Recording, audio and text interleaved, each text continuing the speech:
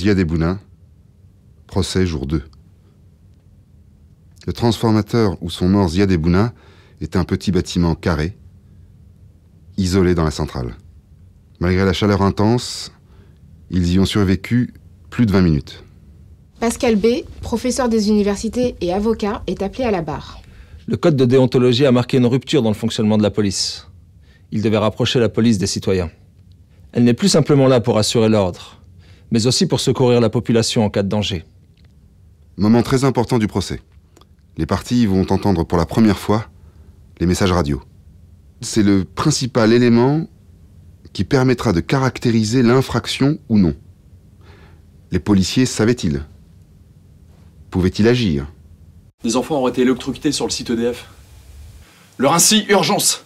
Il y a les grands frères qui me foutent le bordel sur le site. Vite, du monde! Le policier insiste. Hallucinant. Il continue à parler des affrontements avec les grands jeunes.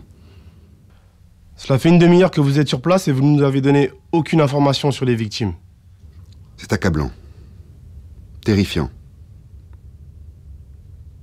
Il tente d'arrêter les grands frères qui sentent l'odeur du brûlé, qui comprennent ce qu'il est en train de se passer. C'est eux qui ont contacté les pompiers. À 19h15, l'info tombe. Nous avons 2 personnes, Delta, Charlie, Delta. Comprenez, décédé. La mort est acquise, mais les pompiers ne peuvent toujours pas entrer sur le site. La chaleur est trop forte. Le danger immense. Tous ceux qui interviennent sur les bandes, sauf le policier aujourd'hui prévenu, n'ont qu'une préoccupation, les enfants.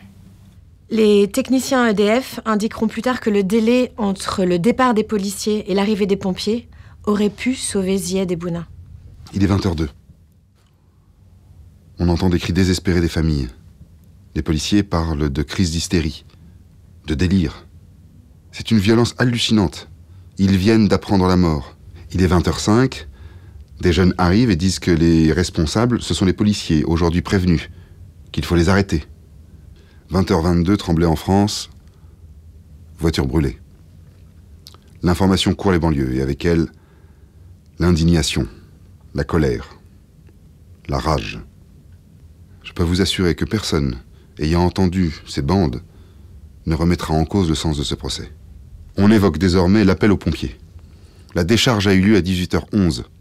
L'appel à 18h46. 3 véhicules de pompiers sont immédiatement détachés.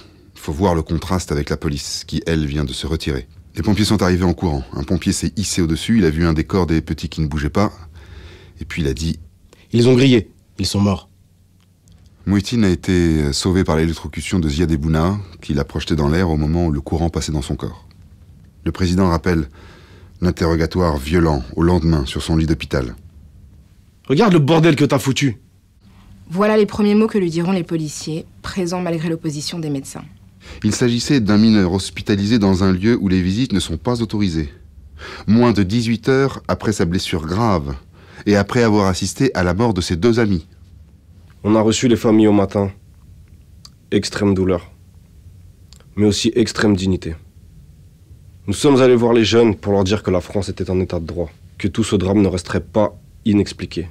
Le maire rappelle que l'envoi de gaz lacrymogène par la police dans une mosquée en plein ramadan 4 jours plus tard est ce qui a relancé les émeutes.